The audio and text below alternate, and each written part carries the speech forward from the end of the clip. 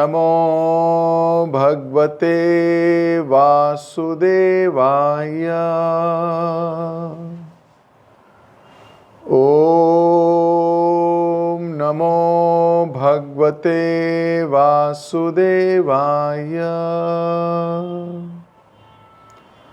ओम नमो भगवते वासुदेवाय। हरे कृष्ण। आप सभी भक्तों का स्वागत।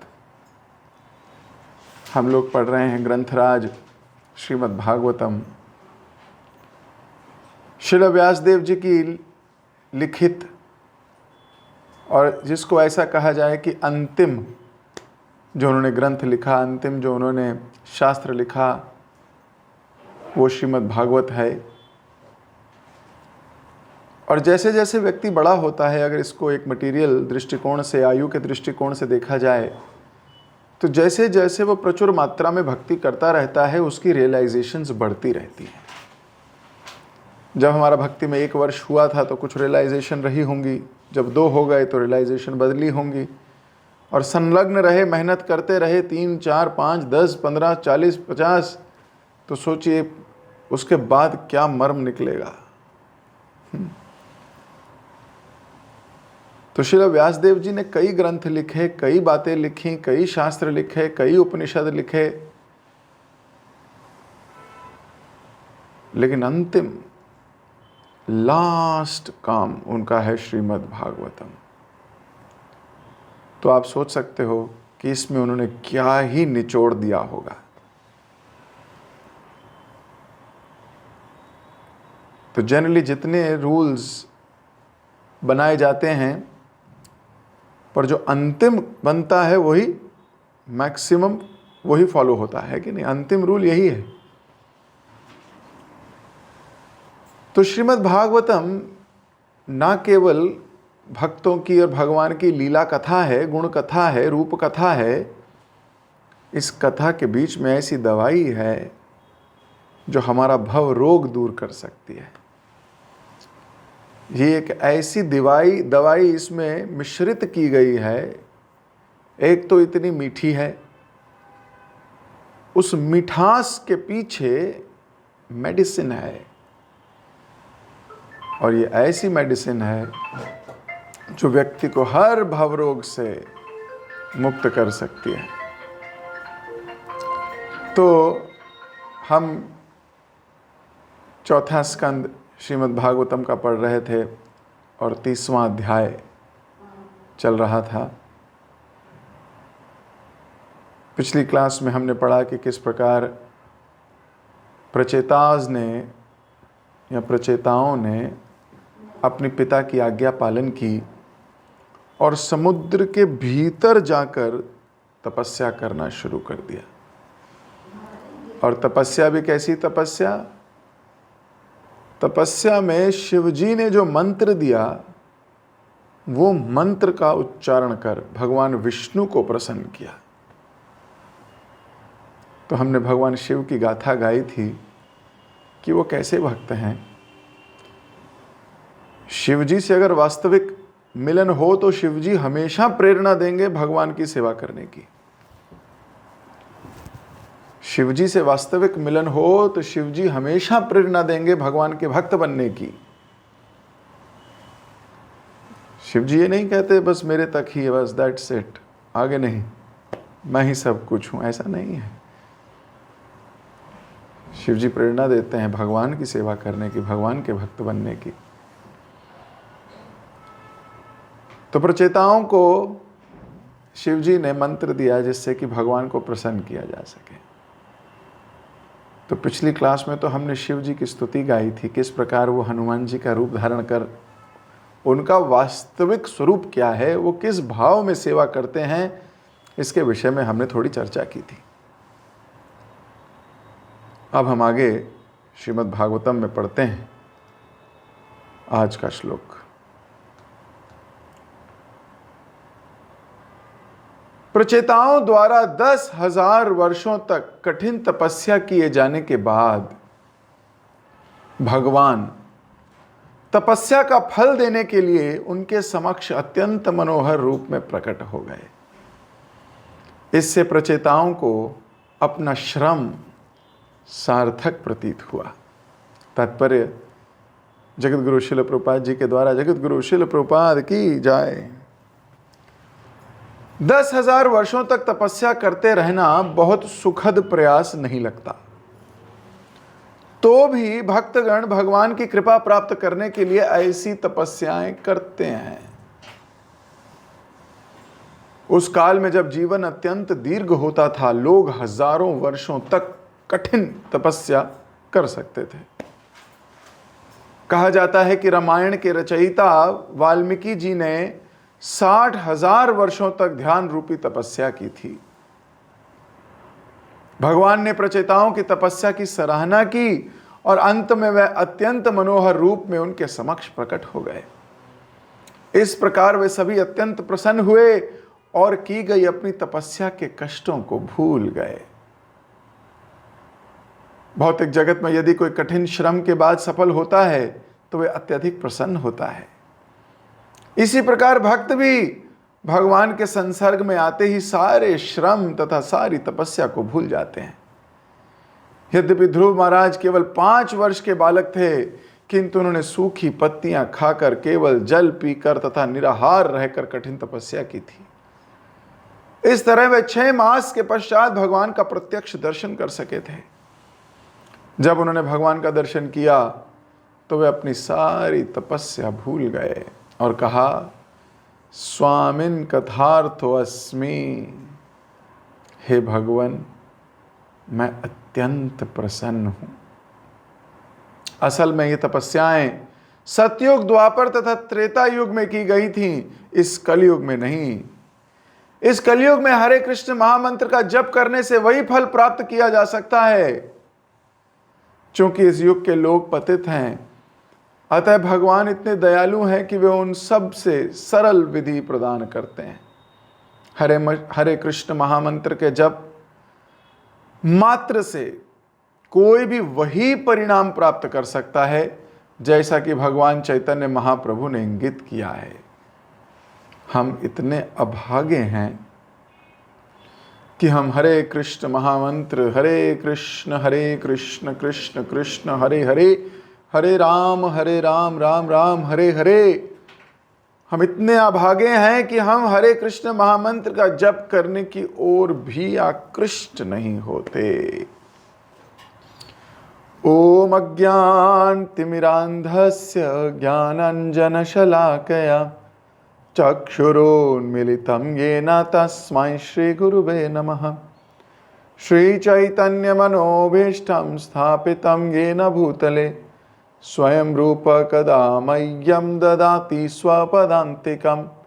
वन्देऽहं श्रीगुरो श्रीयुतपदकमलं श्रीगुरून् वैष्णवांश्च श्रीरूपं साग्रजातं सगण रघुनाथान्वितं तं सजीवं सावधैतं सावधूतं परिजनसहितं कृष्ण चैतन्यदेवं श्री राधा कृष्ण पादान सगण ललिता श्री विशाखान्वितांश्च। हे कृष्ण करुणा सिंधु दीनबंधु जगतपते गोपेश गोपिका कांता राधा कांता नमोस्तुते।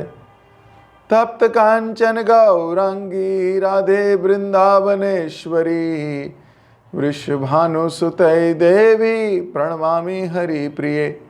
वाञ्छाकल्पतरुभ्यश्च कृपा सिन्धुभ्य एव च पतितानां पावनेभ्यो वैष्णवेभ्यो नमो नमः। जय श्री कृष्ण चैतन्य प्रभु नित्यानंद श्री अद्वैत गदाधर श्रीवासादि गौर भक्त वृंद। हरे कृष्ण कृष्ण कृष्ण हरे हरे, हरे राम राम राम हरे हरे। हरे कृष्ण।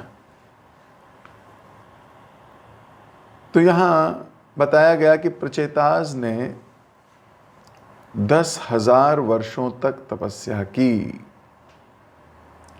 एक्चुअली उस जमाने में आयु बहुत लंबी होती थी, जैसा प्रभुपाद जी लिख रहे हैं। तो 1,00,000 वर्ष तक आयु हुआ करती थी। अब 1,00,000 वर्ष तक की आयु में आपने 60,000 साल तो तपस्या में बिता दिए। तो अगर एक व्यक्ति की 100 साल उम्र मानी जाए तो यानी 60 साल तक उसको तपस्या करनी चाहिए। Okay Prabhu ji, thank you very much, see you. आप कर लेना प्रभु जी, हमें बता देना जब आपकी पूरी हो जाए, हम सच्ची मिलने आएंगे आपसे। लेकिन हमसे ना हो पाएगा। तो ये बात सच है। तो प्रभुपाद जी कह रहे हैं कि ऐसी तपस्याएं उस ज़माने में पॉसिबल थीं, इस ज़माने में ऐसा नहीं पॉसिबल नहीं है कि कोई इतनी कठोर तपस्या करे, एक टांग पे खड़ा हो जाए। एक टांग पे कितनी देर खड़े हो सकते हो? 15 मिनट, आधा घंटा, 1 घंटा? 1 घंटा तो बिल्कुल भी नहीं, पॉसिबल नहीं है। अरे 2 टांग पे 1 घंटा खड़ा पॉसिबल नहीं है तो 1 टांग पे तो मुश्किल बात है।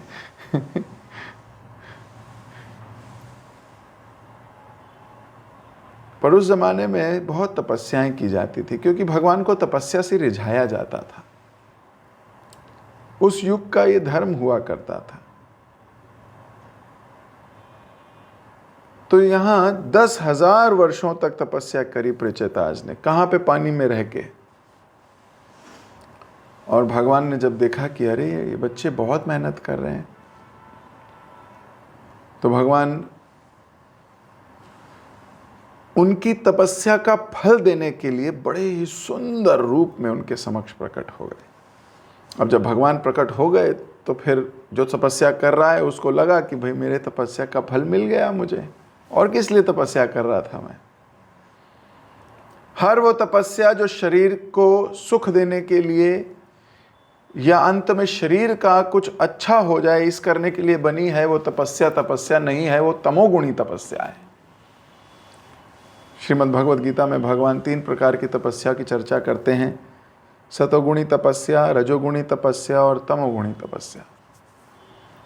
इस संसार में कई लोग तपस्या करते हैं, मैं अन्न मरण अनशन करूंगा, मेरे देश को आज़ादी मिलनी चाहिए, है ना? देश को नहीं, मतलब जगह को, या मुझे ये मैं अमरण अनशन करूंगा, मैं इसके लिए ये मांग पूरी करो मेरी, तब मैं करूंगा। ये सतोगुणी तपस्या नहीं है, ये शास्त्र में उन्मोदित भी नहीं है। अपने शरीर को इस प्रकार कष्ट देना ये अच्छी तपस्या नहीं है। पर कई लोग अपनी शान दिखाने के लिए, पॉपुलैरिटी प्राप्त करने के लिए ऐसी तपस्याएं करते हैं।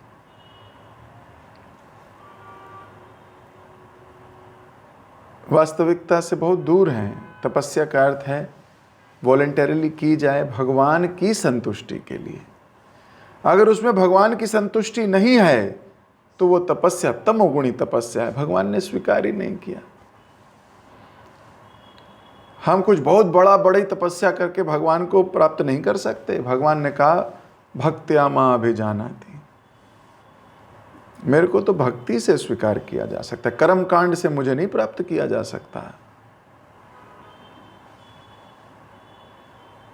अगर कोई कहे कि मैं बहुत भयंकर तपस्या करूंगा, हाँ आपको हो सकता है उसमें शारीरिक लाभ मिले, है ना? कई बार लोग अपने शरीर के लाभ के लिए व्रत रखते हैं कि चलो थोड़ी पतली हो जाऊंगी, इसी बहाने वजन बहुत बढ़ गया है, थोड़ा तो फायदा होगा तो मैं फास्ट रख लेती हूँ, एकादशी हो गया और वजन कम हो गया। पर उद्देश्य अगर केवल वजन कम करना है तो फिर वह आपने भगवान के लिए फास्ट नहीं रखा है। अगर आपका उद्देश्य भगवान को संतुष्ट करना है तो आपने फास्ट रखा है, नहीं तो रजोगुणी हो जाएगा, तमोगुणी हो जाएगा, सतोगुणी नहीं होगा। सो तपस्या वो करनी चाहिए जो शास्त्र में वर्णित हो, पहली। दूसरी, गुरु द्वारा अलाउड हो। अपनी मर्जी से भी हमें नहीं करना चाहिए। मेरी मर्जी मुझे अच्छे लग रहे थे मंगलवार के व्रत, बुधवार के व्रत, वीरवार के व्रत, शुक्रवार के व्रत, सोमवार के व्रत मुझे अच्छे लगे, मैंने कर लिए। ये भी कोई तपस्या नहीं है। पहला, शास्त्र में लिखा होना चाहिए, अपनी मर्जी से नहीं होना चाहिए। दूसरा, गुरु द्वारा ऑथराइज्ड होना चाहिए।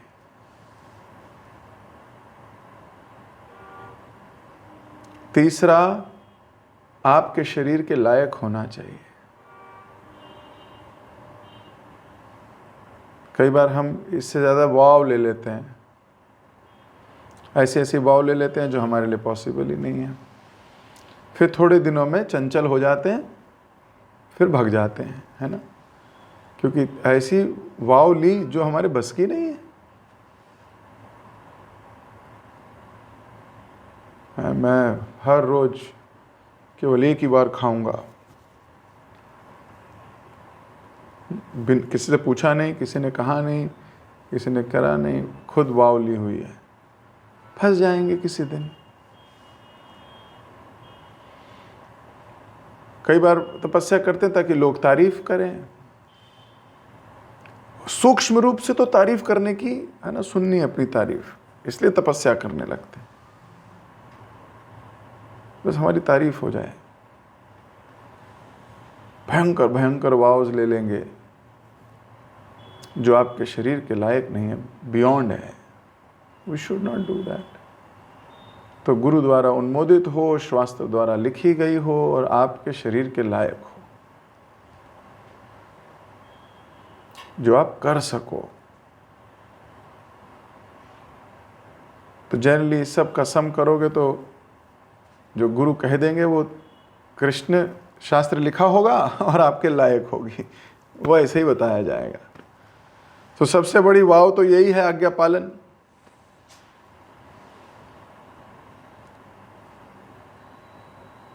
जब दीक्षा होती है तो अग्नि के समक्ष, वैष्णवों के समक्ष व्यक्ति वाव लेता है ना।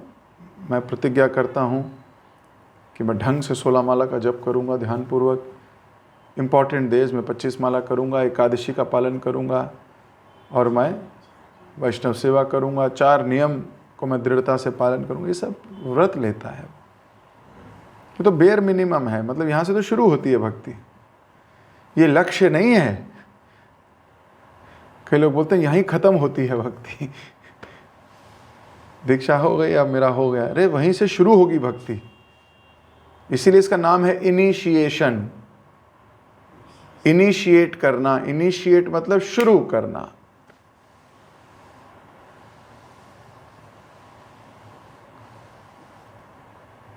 तो यहां तो 10,000 वर्षों तक कठिन तपस्या करी है।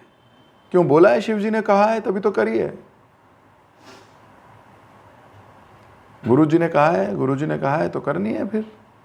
फिर चाहे कठिन हो, क्योंकि वो आपको ऐसी ही शक्ति देंगे, ऐसी ही सेवा देंगे जो आप कर सको। ऐसा नहीं है। कई बार हमें खुद भी अचंभा होता है कि हम कर पाए। निर्जल एकादशी के दिन याद करो, 3-4 बजे तक मन करता है प्रभु जी से फ़ोन कर लें क्या, पूछ लें क्या कि छोड़ें क्या जल, इस बार ले लें क्या थोड़ा जल। फिर इधर उधर से खबर आती है उसने भी रखी हुई है, उसने भी रखी हुई है, मैं भी रखूँगा, फिर मैं भी रखूँगा। फिर 5-6 बजे तक लगता है यार अब तो कर ही लेता हूँ फ़ोन, उसने भी तोड़ दी होगी।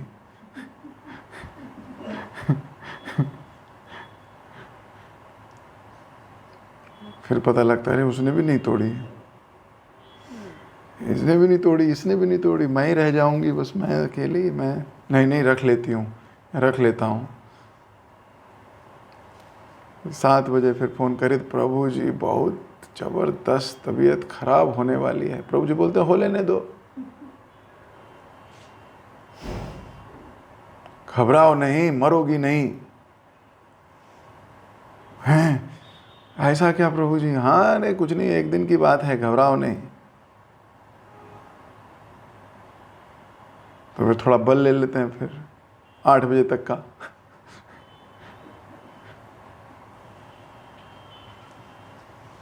धीरे धीरे धीरे धीरे भक्तों की हेल्प से निर्जला हो जाती है। सुबह जब पानी लेते हैं तो इतनी संतुष्टि का एहसास होता है। हालांकि जिसकी जैसी शक्ति है उसको वैसे ही बोला जाता है। कईयों को कहा जाता है आप बिल्कुल निर्जल नहीं रखेंगे।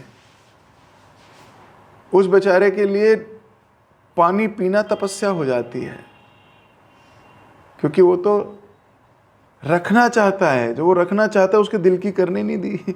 बोले नहीं तुम नहीं रखोगे, क्योंकि उसका स्वास्थ्य खराब है, डायबिटीज़ है, कोई और कारण है शरीर के, तो उसको हम मना करते हैं कि आप नहीं रखेंगे निर्जल। तो उसके तो बेचारे का तपस्या यही है कि जल पीना तपस्या है उसके लिए, और किसी के लिए जल छोड़ना तपस्या है। लेकिन तपस्या तो वॉलंटरीली हर व्यक्ति को करनी पड़ेगी। अगर आप भगवान के लिए तपस्या नहीं करते तो आप माया के लिए तपस्या करोगे। देखिए नोट कमाने के लिए कितनी तपस्या करनी पड़ती है, कितनी मेहनत करनी पड़ती है, कितने ऑफिस जाना पड़ता है, ना दिन देखता है आदमी ना रात देखता है आदमी। बस कहीं से ऑर्डर आ रहा हो तो देखो क्या होता है हमारा हाल। जो बिजनेसमैन है वो जानते हैं, और ऑफिस वाले भी जानते हैं। एक फाइल दूसरी फाइल उसे कंप्लीट करना, ये करना बहुत मेहनत है। तपस्या ही तो है। कौन उठना चाहता है इतनी सर्दी में? सब आराम से रेस्ट करना चाहते हैं, लेकिन जाना पड़ता है ऑफिस, मेहनत करनी पड़ती है। तो तपस्या ही तो है। तो अगर आप भगवान की तपस्या नहीं कर रहे, भगवान को खुश करने के लिए तपस्या नहीं कर रहे, तो माया को खुश करने के लिए तपस्या कर रहे होगे। तपस्या तो करनी ही पड़ेगी आपको, चॉइस ही नहीं है हमारे पास। अगर आप भगवान से अटैच नहीं है तो आप माया से अटैच होंगे, क्योंकि अटैच तो व्यक्ति होगा ही होगा, कोई रोक नहीं सकता।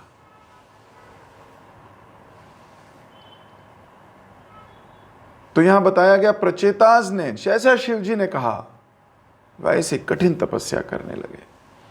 अच्छा, अब ये भी नहीं पता कितने दिन तपस्या करनी है। शिव जी ने थोड़ी बोला था ड्यूरेशन कि 3 दिन बाद, आप लोगों को घबराओ नहीं, 3 दिन बाद हो जाएगा, है ना। नहीं, इन्होंने पूछा, मान लो आपको कोई सेवा मिलती है कि ये करना है, तो आप पूछते हो ना प्रभु जी कब तक। मान लो हम कहें कि आपको गेट के बाहर खड़े रहना है चपड़ासी बनकर एकदम, तो आप बोलोगे ना प्रभु जी कितनी देर तक रहना है। या आपको कहा जाए कि पराठे बनाने हैं, माता जी इस पराठे बना सकते हैं, तो आप पूछोगे ना कितने बनाने हैं।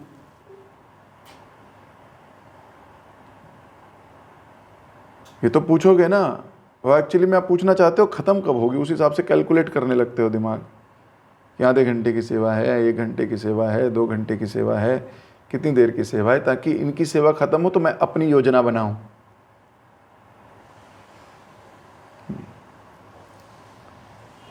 तो हम जनरली पूछते हैं कि प्रभु जी कितनी देर की सेवा है, और मान लो बोला जाए कि कितनी देर की नहीं है, जन्म जन्म की सेवा है, बस करते चले जाओ, तो फिर तो फंसोगे, है ना। लगेगा एक बारी में कि इतना ऐसा करना पड़ेगा।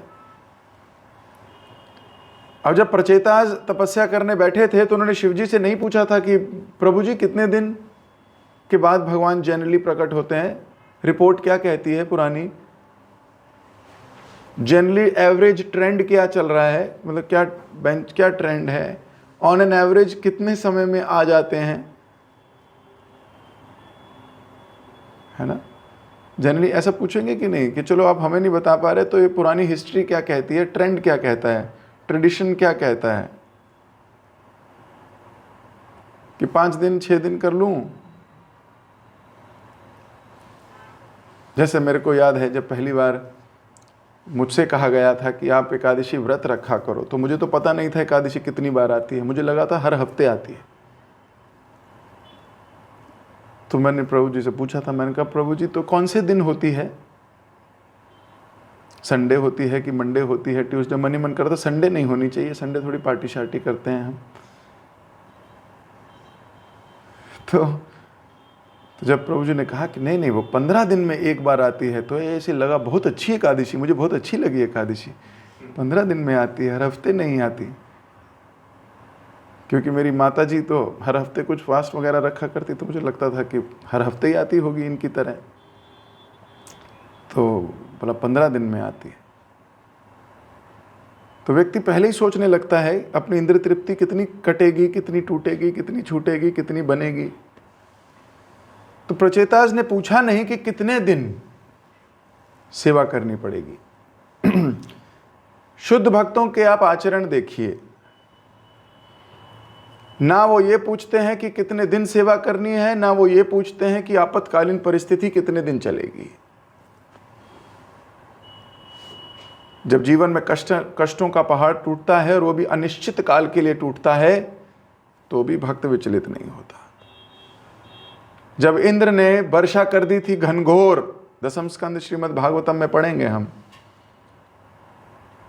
अब घनघोर वर्षा हो रही है, भगवान ने अपनी छोटी उंगली पर गोवर्धन उठा लिया है, परिस्थिति भयानक है, और सारे गांव वाले वहीं खड़े हैं, वहीं बैठे हैं, देख रहे हैं कृष्ण को टकाटक। कोई नहीं पूछा कि कितने दिन तक ये और चलेगी बारिश, एक दिन में हो जाएगी क्या, 2 दिन में ये आपातकालीन परिस्थिति कम होगी? नहीं, किसी ने नहीं पूछा। टाइम ही नहीं पूछने का, टाइम क्या, मन भी नहीं है पूछने का।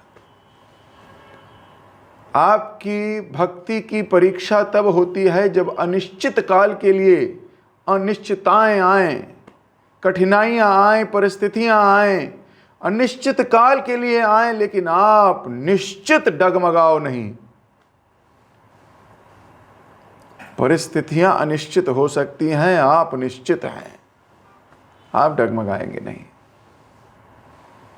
श्रीमद् भागवतम के 10वें स्कंद में ही एक श्लोक आता है, तत्तेऽनुकंपान् सुसुमिक्षमाणो भुजानिवात्मा हृदवीपकाम हृदवाग्वपिर्भूर्विददान् नमस्ते जीवे तो यो मुक्त पद से दया भाक। इसका अर्थ है कि अगर किसी के जीवन में भयंकर परिस्थितियां आती हैं, वो वेट करता है भगवान की कृपा होने की, करता रहता है वेट, वो करता रहता है वेट।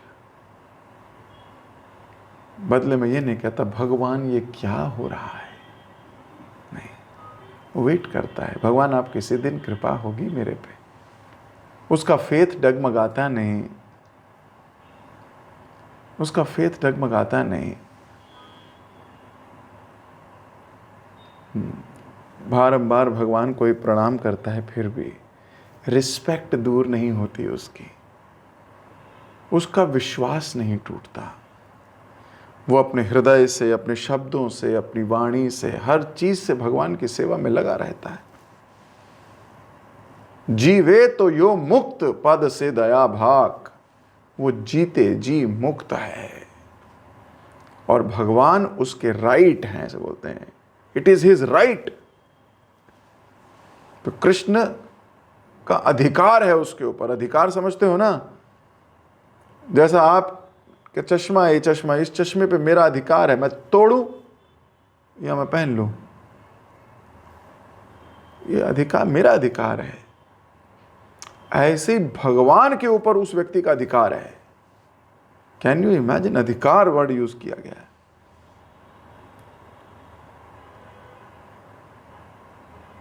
तो जीवे तो यो मुक्त पद से दया भाग। जो व्यक्ति वेट करता है, अपनी भावनाएं नहीं बदलता, वो भगवान की कृपा मांगता है, पेशेंटली वेट करता है भगवान की कृपा होने की, और हृदय से बार बार प्रणाम करता है भगवान को। आप बहुत अच्छे हैं भगवान, आप बहुत प्यारे हैं भगवान, आप बहुत दयालु हैं भगवान। ऐसा वो फील करता है, केवल बोलता नहीं है मुंह से। ऐसे लिखा, ऐसा नहीं लिखा कि मुंह से बोलता है, ऐसा लिखा है हृदय से वो बारंबार प्रणाम करता है भगवान को। तो अनिश्चितकालीन परिस्थिति खतरनाक, तो भी भक्त का मूड नहीं बदले, उस व्यक्ति को अधिकार है भगवान को प्राप्त करने का। तो यहां प्रचेताज को 10,000 साल तपस्या करते हो गए। और ऐसा नहीं है कि वो पूछ रहे हैं कि पुराना ट्रेंड क्या था, कितने दिन में भगवान प्रकट होते हैं। भाई ध्रुव की कथा में तो 6 महीने में आ गए, अब ध्रुव की कथा में 6 महीने में आ गए, हमारे को तो 10,000 साल लगा दिए। इनका कोई कोई सिस्टम है कि नहीं, कोई मतलब फेयरनेस तो होनी चाहिए। भगवान को ऐसे कुछ बताना तो चाहिए था कि देखो जी इतने दिन करने पे इतना मैं फिर इतना फल देता हूँ, इतने दिन कर लो तो ये मिलता है। ऐसे में कुछ तो बताना चाहिए था भगवान को। किसी को 6 महीने में मिल जाते हैं, किसी को 10,000 साल में मिल जाते हैं, किसी को 4 दिन में मिल जाते हैं, और कईयों को तो बिना मिले हुए होते हैं, महाप्रभु के रूप में इधर उधर घूमते हैं, भटकते हैं, बात करते हैं, मिलते हैं, बिना तपस्या के मिल गए हैं उनको। तो ये तो बहुत बेकार सिस्टम है। यही सिस्टम है, यही सिस्टम है कि कोई सिस्टम नहीं है, उन्हीं का सिस्टम है, उनकी इच्छा है। आपके भाव हैं, जिसके भाव सुंदर हैं उस पर सब कुछ न्यौछावर करने का मन करता है, उसके लिए फिर कोई सिस्टम नहीं रहता। और जिसके भाव सुंदर नहीं है उसके लिए बहुत सिस्टम होते हैं, सच्ची बात। और कई बार भाव सुंदर हो तो भी सिस्टम हो जाते हैं उसकी परीक्षा के लिए, तभी तो पता लगेगा उसके भाव सुंदर हैं। और जिसके भाव सुंदर नहीं है कई बार उसको फ्री एंट्री मिल जाती है, तभी तो पता लगेगा वो नालायक है।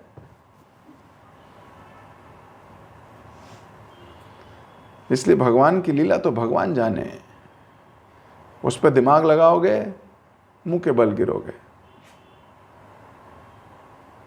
ऐसे ही भक्तों की लीला है, वो तो वही जाने कि उनके दिमाग में क्या चल रहा है इस वक्त। अपने दिमाग से आकलन करते हैं तो फंस जाते हैं। तो 10,000 वर्षों तक तपस्या की, तो कहने का अर्थ है केवल ये लाइन पढ़ के निकलने का नहीं है। हमें विचार होना चाहिए था कि ऐसा उन्हें पहले नहीं पता था कि 10,000 वर्ष तक करनी है, वो तो करते रहे। परपट में प्रभुपाद जी लिख रहे हैं कि रत्नाकर डाकू वाल्मीकि जी ने कितनी देर, 60,000 साल तपस्या की। तो ऐसा कोई सिस्टम नहीं है कि इतने 1000 साल तपस्या करने से भगवान प्रकट हो जाते हैं, ऐसा कोई सिस्टम नहीं है। भगवान की इच्छा है बस। और समाओ हमें ये ध्यान, हमें ये ट्रेनिंग होनी चाहिए कि हम हर चीज एक्सेप्ट कर सकें, ये मान के कि भगवान की इच्छा है। वास्तव में भगवान हमें ट्रेन करना चाहते हैं। हमें ये विचार करना चाहिए भगवान की इच्छा है, भाई हम क्या ही करें। कभी 2 में हो जाएगा, कभी 2000 में होगा, कभी 2 लाख में हो, हम क्या करें। हमें जीव चेष्टा कर सकता है, प्रयास कर सकता है, बाकी भगवान पे छोड़ दीजिए, उनकी इच्छा है। हम भगवान को बांध नहीं सकते, ना तो किसी विचारधारा के साथ, ना किसी नियमावली के साथ। कोई नियम नहीं है। इसलिए devotees are pure. Why? They are free flowing. उनके दिमाग में बाउंड्रीज या साइलोज या बॉक्सेस नहीं है। वो मोरालिटी से आगे हैं, वो सोशल एटमॉस्फेयर से आगे हैं, सोशल नॉर्म से आगे हैं, हर चीज से आगे हैं। तो ये नहीं सोचना चाहिए कि नहीं इतने समय में ही होना चाहिए था, इतने समय में तो फल हो जाना चाहिए, फल मिल जाना चाहिए था, भगवान को मिल जाना चाहिए था इतने समय में। तो जब इन्होंने तपस्या की तो इन्हें नहीं पता था कि 10,000 साल तपस्या करनी पड़ेगी। आप भी जब कर रहे हो तो आपको भी नहीं पता कि कब भगवान मिलेंगे। ऐसा नहीं है कि आपको आज ही मिल जाएंगे, मिल भी सकते। ऐसा भी नहीं है कि नहीं मिल सकते। ये तो आपकी श्रद्धा पे, आपके भाव पे, आपकी प्योरिटी पे है। सो भगवान ने देखा कि 10,000 साल इन्होंने तपस्या कर ली है और तपस्या में जान है, इसलिए उनको फल देने के लिए। तो इसका मतलब ये चीज तो क्लियर हो गई कि भगवान प्रचेतास की तपस्या से खुश हैं, तभी आ रहे हैं। नहीं तो आएगा क्यों? कोई भी क्यों आएगा? नहीं आएगा ना। तो भगवान क्यों आ रहे हैं? भगवान खुश हैं। इसलिए तो बात क्लियर हो गई कि कृष्ण बहुत खुश हैं प्रचेतास की तपस्या से। 10,000 साल में अगर भगवान को प्राप्त कर लिया है तो समझ लीजिए बहुत कम समय में पाया। 10,000 वर्ष तो कुछ भी नहीं होते। भगवान को प्राप्त करने के लिए जीव अरबों खरबों सालों से लगा है। 10,000 साल तो चुटकी है, चुटकी। तो अगर कोई 10,000 साल में भगवान को प्राप्त कर लेता है तो समझ लो बड़ी जल्दी प्राप्त कर लिया।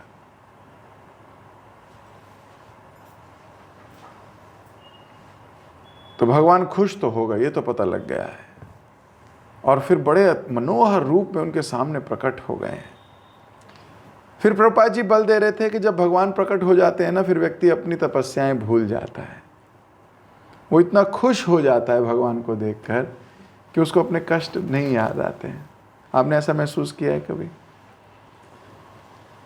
जब आप अपने जीवन में याद करो, जब 10th के बोर्ड एग्ज़ाम दिए थे या 12th के बोर्ड एग्ज़ाम दिए थे या इंजीनियरिंग के एग्ज़ाम दिए थे या जो भी एग्ज़ाम आप लोगों ने दिए होंगे, बहुत तपस्या करी होगी। आर्किटेक्चर के एग्ज़ाम दिए थे, जो भी, बहुत तपस्या करी होगी, बहुत मेहनत की, रात रात भर जागे होंगे, पढ़ाई की होगी, मेहनत की होगी। फिर जब रिज़ल्ट आ जाता है ना, तो उसकी इतनी खुशी होती है कि वो सारे कष्ट भूल जाते हो। फिर आप, वो अलग बात है अगर रिज़ल्ट आया कि फेल हो गए, तो फिर सारे कष्ट लगते हैं, आय हाय काहे को कर लिया मैंने यार, इससे तो अच्छा मैं डिस्को ही कर लेता थोड़ा।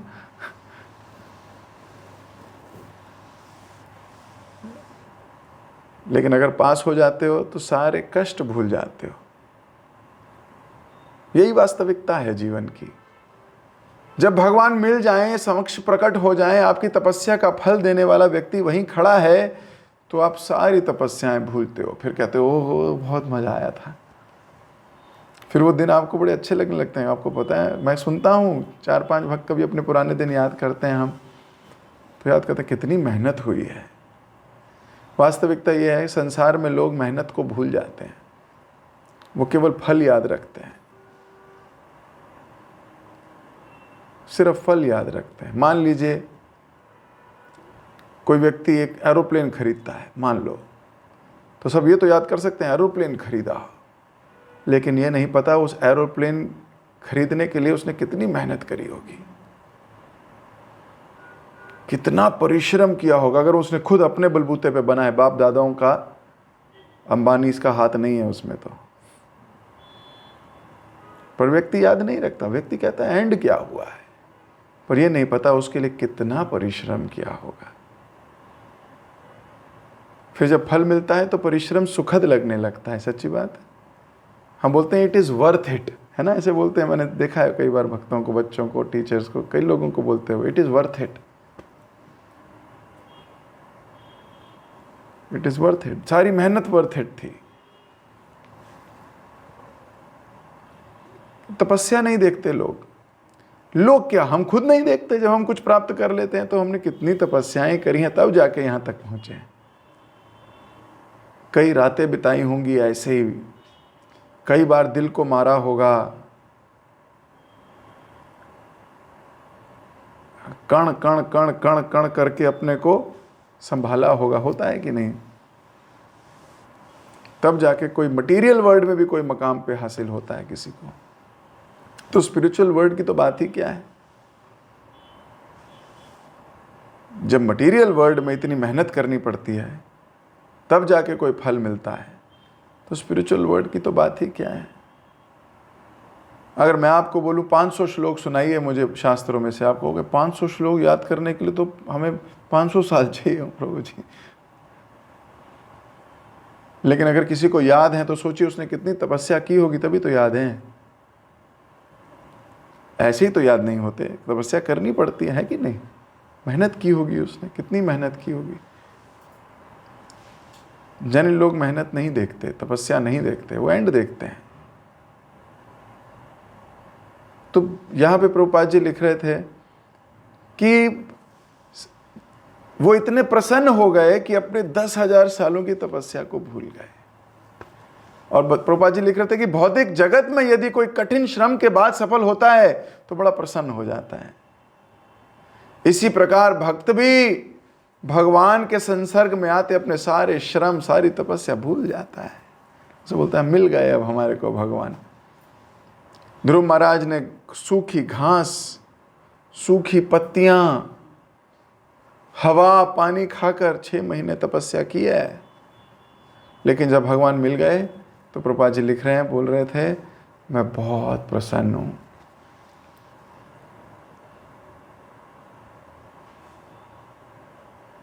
आप लोगों को सूखी घास दी जाए खाने के लिए, बताओ रेडी हो? मैंने सुना है भक्तों से बोलते, प्रभु जी अगर 1 महीने में 1-2 बार गोविंदाज नहीं गए तो जीवन बेकार लगता है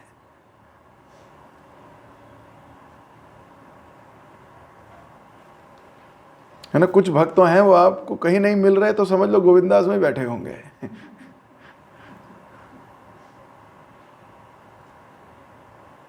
कहीं नहीं मिल रहे, कहाँ गए माता जी, प्रभु किधर गए? अरे गोविंदास फोन करो, देखना वहीं। ठीक बात है, अच्छी बात है, कोई बुरी बात नहीं है इसमें, पर कहने का अर्थ है कि सूखी घास दी जाए अगर आपको खाने के लिए, खाओगे? बोला जाए नहीं, इस 1 महीना केवल हवा खानी है। आप कहोगे पहले तो तू हवा खा, यहाँ से चल निकल, यहाँ से अभी हवा खानी है, नहीं खा पाओगे।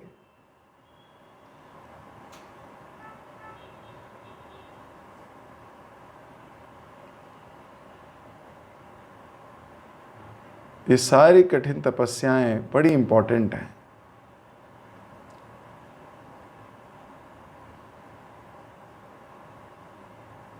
पर जब फल मिल जाता है तो सब खुश हो जाते हैं। मान लीजिए आपका बेटा किसी बड़े इम्तिहान की तैयारी कर रहा है बच्चा, और मान लो वो पास हो जाए, तो ऐसे ही तो पास नहीं हुआ होगा ना, बहुत मेहनत की होगी उस बच्चे ने। और मान लो पास नहीं हो तो फिर सब क्या बोलते हैं? बोलते हैं कुछ नहीं किया है, मेहनत ही नहीं करता था, सारा दिन तो लफंगागिरी करता है, पढ़ता ही नहीं है, भले वो पढ़ता भी हो। तो ये संसार का नियम है, भक्ति का भी। तो जबकि ध्रुव महाराज 5 वर्ष के थे, सूखी पत्तियां खाई, जल पिया, निराहार रहे, कठिन तपस्या की, पर 6 मास बाद कह रहे मैं बहुत खुश हूं। क्या कोई खुश होगा? क्या खुश होगा अगर उसको परिश्रम का फल मिल जाए तो? अगर उसको परिश्रम का फल मिल गया तो वह खुश होगा। अगर फल नहीं मिला तो फंस जाएगा, है ना? फिर वो कहेगा नहीं, it is not worth it. तो यहां प्रचेतास बड़े खुश हैं, वेरी हैप्पी, क्यों? भगवान प्रकट हो गए ना सामने। अब जिसके सामने भगवान प्रकट हो गए वो क्यों नहीं खुश होगा? फिर प्रभुपाद जी आगे लिख रहे हैं, प्रभुपाद जी कह रहे हैं लेकिन आप इतनी तपस्या मत करना, जरूरत नहीं है कलयुग में। कलयुग में तो ध्यान पूर्वक हरे कृष्ण महामंत्र का जप ही क्या है? यही तपस्या है, यही सबसे बड़ी तपस्या है। तो इसलिए प्रभुपाद जी लिख रहे थे कि हमें इंगित किया है चैतन्य महाप्रभु ने कि महामंत्र का जप करो। और ये महामंत्र के जप से जो उन्होंने 60,000 साल में प्राप्त किया, जो उन्होंने 10,000 साल में प्राप्त किया, जो किसी ने 50,000 साल में प्राप्त किया, आप कुछ ही समय में प्राप्त कर सकते हो। लेकिन फिर प्रभुपाद जी ये भी लिख रहे थे कि हम इतने अभागे हैं कि हमें जप करने के प्रति कोई आकृष्टि नहीं है, हमारे को आकर्षण ही नहीं है, एक्साइटमेंट नहीं है, टेस्ट नहीं है। देयर इज नो एंजॉयमेंट इन जपा, रस ही नहीं मिल रहा हमको, क्योंकि हम रस लेने का प्रयास भी नहीं कर रहे। जब कोई व्यक्ति जप करने के प्रयास में अभ्यास करता है, रियली कॉन्शियसली अभ्यास करता है, उसको बहुत टेस्ट आता है। He feels very happy. तो अगर हम सही में अपने जीवन को सार्थक करना चाहते हैं तो इस जप के प्रति आकर्षण पैदा करना पड़ेगा। अट्रैक्शन पैदा करनी पड़ेगी, मन नाचना चाहिए जप करने से पहले। हमें क्यों नहीं हो रहा? हम एब्जॉर्ब्ड हैं हजार चीज़ों में, कर्म कांड में, इधर में उधर में, पता नहीं कहाँ कहाँ, लेकिन अच्छे से जप करने के अभ्यास ही नहीं डेवलप कर रहे। सो हर वो जीव जिसको मनुष्य शरीर मिला है, जो इसकी सार्थकता समझता है, हमें अपने जप पे, प्रभुपाद जी ने यहाँ बहुत अच्छे से इंगित किया कि हमें अपने जप पे बहुत फोकस करना चाहिए, ध्यान पूर्वक स्वाद लेना चाहिए उसका। जब रूप गोस्वामी कहते हैं मेरी 1000 जीव होनी चाहिए कृष्ण का नाम लेने के लिए, हमें क्यों नहीं फीलिंग आती है ऐसी? हमें एक भी भारी लगती है। इतनी देर हो गई जब करते हुए, ये 16 वाला हो क्यों नहीं रही अभी तक? समय निकला जा रहा है, कॉलेज जाना है, मस्ती करनी है, समय निकला जा रहा है, अभी गेस्ट आएंगे उनके साथ बैठना है, समय निकला जा रहा है, टीवी देखना है, समय निकला जा रहा है। What is this? I mean, no, we should try. At least मैं तो यही प्रेरणा ले रहा हूँ इस श्लोक से कि प्रभुपाद जी घुमा फिराकर हमारी तपस्या को लेके आ रहे हैं जप पे, तो हमें इस जप को बहुत ध्यानपूर्वक करना चाहिए। हमें बड़ी बड़ी तपस्याएं करने की कोई ज़रूरत नहीं है। मत रहिए सूखी घास पे, रोज जाइए गोविंदास, लेकिन जप कीजिए अच्छे से। मत हवा पे रहिए, रोज खाइए मटर पनीर, नो प्रॉब्लम, पर जप तो कीजिए अच्छे से, प्रयास कीजिए अच्छे से जप करने का। जिसका जप अच्छा नहीं है, जब भगवान उसकी परीक्षा लेंगे तो वो फेल होगा, फेल। जिसका जप अच्छा नहीं है, जब भगवान उसके जीवन में थोड़े से भी कष्ट डालेंगे वो बिविल्डर हो जाएगा, गालियां देगा। जब भगवान उसके जीवन में कष्ट डालेंगे उसका विश्वास टूट जाएगा, बुरी तरीके से चकनाचूर हो जाएगा। जब भगवान उसकी परीक्षा लेंगे तो वो टिक नहीं पाएगा भक्तों के साथ। जब भगवान उसकी परीक्षा लेंगे तो वो अपने आप को दूर पाएगा भक्ति से। इसलिए जप के अभ्यास को बहुत अच्छे से करना है, ये हमारा एकमात्र सहारा है। इसलिए बहुत शरणागति के साथ हमें इस जप पे ध्यान देना चाहिए। नाम में और भगवान में कोई अंतर नहीं है, कोई अंतर नहीं है। इस बात पे जितना आपको विश्वास बढ़ता जाएगा, आपका जप उतना सुधरता जाएगा। हमारे इतने पूर्ववर्ती आचार्यों ने लिखा है और प्रेजेंट आचार्य भी लिख रहे हैं। प्रेजेंट परम पूज्य गोपाल कृष्ण गोस्वामी महाराज का कोई लेक्चर सुनिए आप, वो ध्यानपूर्वक जप, ध्यानपूर्वक जप, ध्यानपूर्वक जप। सच्चिनंदन स्वामी महाराज, परम पूज्य सच्चिनंदन स्वामी महाराज की बात सुनेंगे आप, वो ध्यानपूर्वक जपा रिट्रीट करते हैं इतनी वो। और केवल वो नहीं, ऐसे कई सन्यासी हैं। इनफैक्ट हर व्यक्ति, प्रेजेंट जनरेशन के हीरोज जो हैं हमारे, एक हीरोज तो ओल्ड हीरोज हमारे, रूप गोस्वामी, सनातन, ओल्ड हीरोज, प्रेजेंट जमाने के हीरोज। परम पूज्य राधानाथ स्वामी महाराज का लेक्चर सुनिए, उनकी किताबें पढ़िए, the journey home, how he develop deep love for Hari नाम and he is spreading it far and wide. How much compassionate and the soul is. सब आचार्य, सारे प्रेजेंट हीरोज हमारे हरिनाम के जप पे फोकस कर रहे हैं। Why are we not focusing? We should also focus on japa. So मेरा आप सबसे अनुरोध है, आप लोग इस जीवन में बड़े सौभाग्यशाली हो कि श्रील प्रभुपाद जी के बनाए हुए इस छतरी के नीचे आ गए हो। अब अपने जीवन को सार्थक करो, इस छतरी में छेद मत करो। ध्यान पूर्वक जप करके अपने जीवन को सार्थक कीजिए।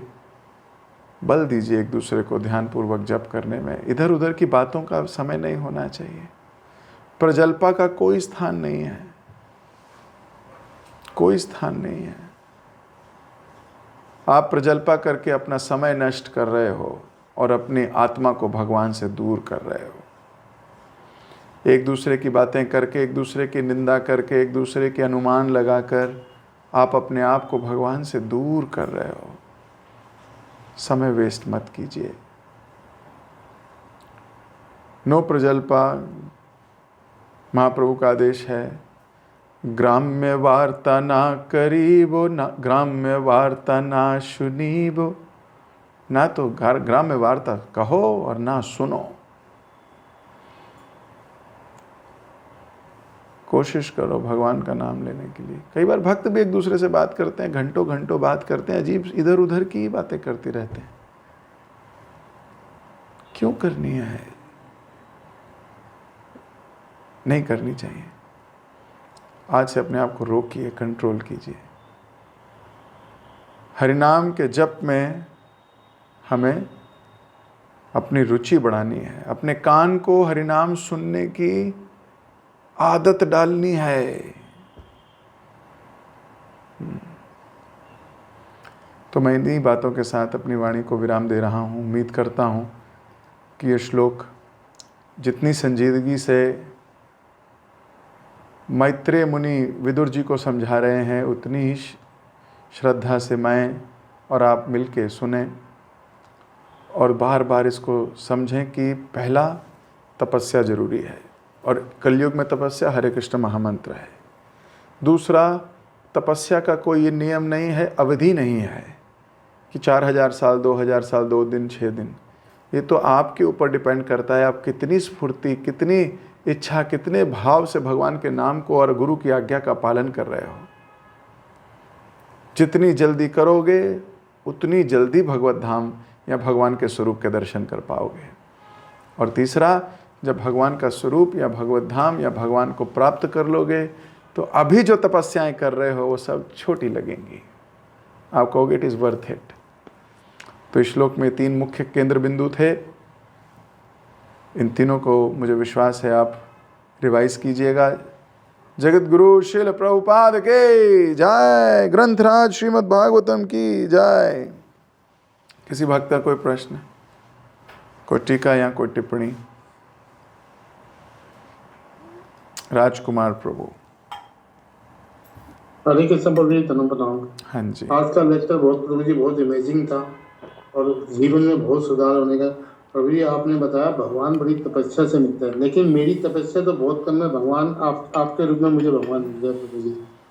मैं गुरु का जो आप अच्छी शिक्षा देते हो, अच्छा ज्ञान देते हो गुरु जी, भगवान का भी यही काम है। इसलिए भगवान हम आप ही को मानते हैं, आप ही गुरु आपको मानते हैं। यह बहुत गलत मानते हो, अपनी विचारधारा को बदलो प्रभु जी। आपके रूप में हमें सब कुछ मिला। हाँ, मैं फिर बोल रहा हूँ, अपनी विचारधारा को बदलो। मैं तो बहुत छोटा व्यक्ति हूँ, भगवान इतने अमेजिंग हैं। एक सेवक को भगवान से तुलना करना ये बहुत बड़ी मूर्खता है। उस सेवक के लिए भी एम्बैरेसिंग है ना। I am just a very tiny servant. मैं वो पढ़ रहा हूँ जो लिखा है। हमें ये सोचना चाहिए कि हम सब मिलके भगवान की सेवा करें।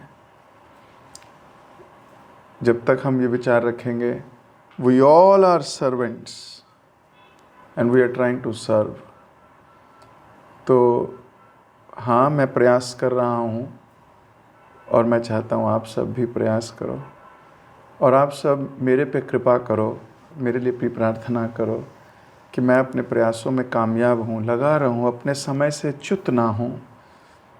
अपनी कॉन्शियसनेस को हर वक्त बरकरार रखने के लिए भक्त भागवत, ग्रंथ भागवत की सेवा जन्म जन्मांतर क्या हमेशा पल पल करता रहूँ। यही एक मेन ऑब्जेक्टिव है। यही भाव है, we are servants, we are servants, we are servant. और मैं कोई गलत फहमियाँ नहीं पालता, बिल्कुल सिंपल। मैं इस गलत फहमी में जीता ही नहीं। गलत फहमी ही है ये कि हम दास नहीं कुछ और हैं। हम दास ही हैं, दास ही हैं, दास ही हैं। हम तो प्रभु जी आपके भी दास हैं। ठीक है, हरे कृष्ण। और मैं भी आप ही का दास हूँ। नहीं प्रभु जी, मैं आपका दास हूँ। आपने अच्छी शिक्षा दी है, मैं तो कुछ भी नहीं करता था प्रभु जी। आप ही की कृपा से मैं सब कुछ करने लगा हूँ प्रभु जी। तो उस दास के आगे मैं अणु लगा देता हूँ ना, अनुदास हूँ। जी ठीक, हरे कृष्ण। जी प्रभु। हाँ, और मेरे पास आपके माइक को म्यूट करने का ताकत भी है, तो नहीं तो आपसे जीतना मुश्किल है। खुशबू माता जी,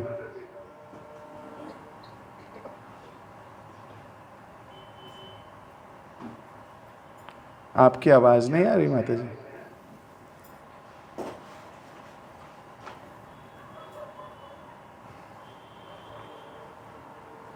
कृष्ण प्रभु जी, मेरी वॉइस अब आ रही है? अरे वाह, आप तो एकदम से ऐसे आई कि आप यहीं बैठे हो। यस।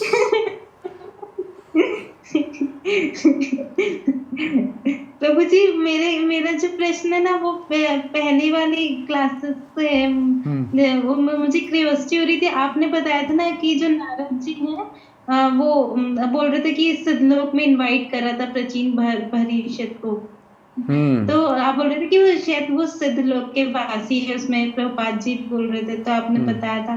तो मेरा ये प्रश्न था कि नारद जी, सिद्धलोक जो है वो आपने बताया था कि वो लोक का प्लान, ब्रह्मलोक के पास वो प्लैनेट है। तो मतलब वो एक ही ब्रह्मांड में हुआ।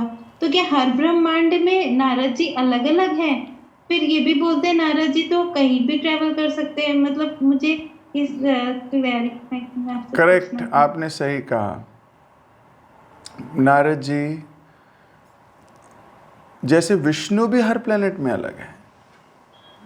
हर प्लेनेटरी सिस्टम में 64 प्रकार के विष्णु रहते हैं, एक ही प्लेनेटरी सिस्टम में भी। तो जो आप सुनते हो, गर्भोदक्षाई विष्णु, क्षीरोदक्षाई विष्णु, है ना, तो ऐसे 4 प्रकार के विष्णु। हर विष्णु में से फिर और अनिरुद्ध, प्रद्युम्न और इत्यादि इत्यादि आगे निकलते हैं। विष्णु भी करोड़ों हैं। हर ब्रह्मांड में विष्णु हैं, हर ब्रह्मांड में नारद जी हैं, हर ब्रह्मांड में ब्रह्मा जी हैं। ठीक है, तो क्या प्रोसेस ये है कि ऐसा प्रतीत होता है, प्रभुपाद जी लिख रहे थे कि श्लोक से ऐसा प्रतीत होता है कि नारद जी सिद्धलोक के निवासी हैं। अब वास्तविकता ये भी है कि नारद जी कहीं के निवासी नहीं हैं, क्योंकि वो तो मन की गति से चलते चलते चलते चलते इधर उधर कहीं भी रहते हैं। हो सकता है, ऐसा प्रतीत होता है कि रात वो सिद्धलोक में गुजारते होंगे। रात वहाँ गुजारते होंगे, लेकिन वो सारे ब्रह्मांड में भ्रमण करते हैं भगवान की सेवा करने के लिए। और फिर भगवान की उनके ऊपर इतनी कृपा है कि इंटरप्लैनेटरी सिस्टम पे भी भगवान उनको वीज़ा सैंक्शन करते हैं। गोलोक एक है, वैकुंठ कई हैं। ठीक है, वैकुंठ कई हैं। अयोध्या भी वैकुंठ है, जहाँ नरसिंह देव रहते हैं वहाँ भी वैकुंठ है, वामन देव का अपना वैकुंठ, सारे वैकुंठ हैं। लेकिन गोलोक एक है, कृष्ण एक ही लोक में रहते हैं। तो नारद जी कहीं भी आवागमन कर सकते हैं। ठीक है,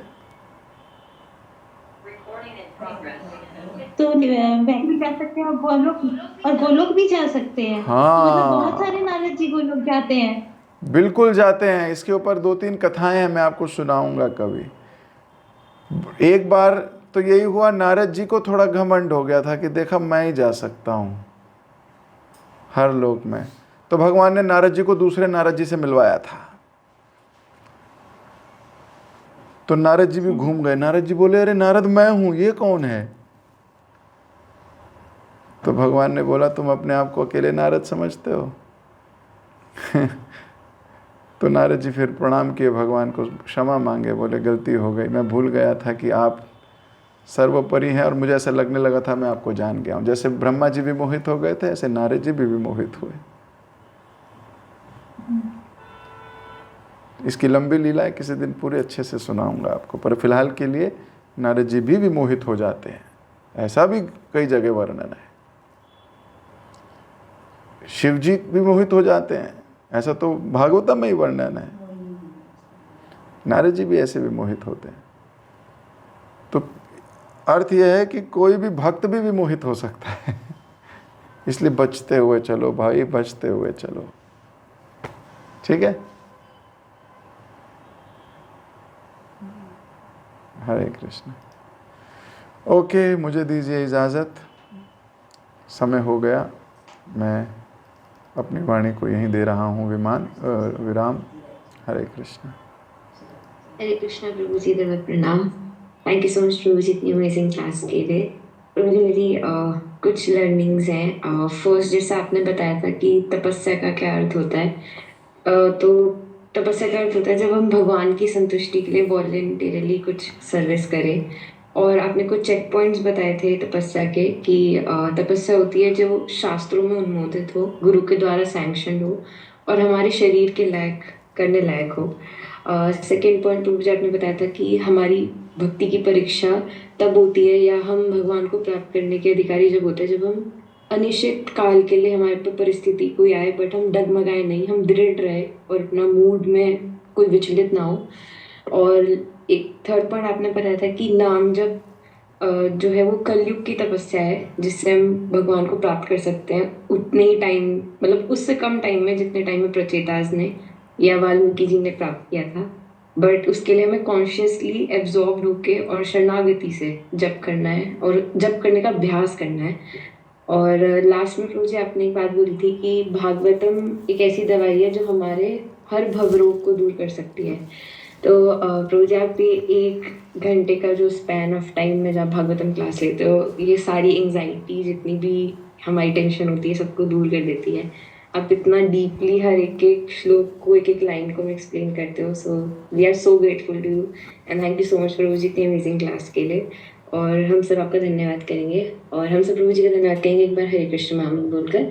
हरे कृष्ण कृष्ण कृष्ण हरे हरे, हरे राम राम राम हरे हरे।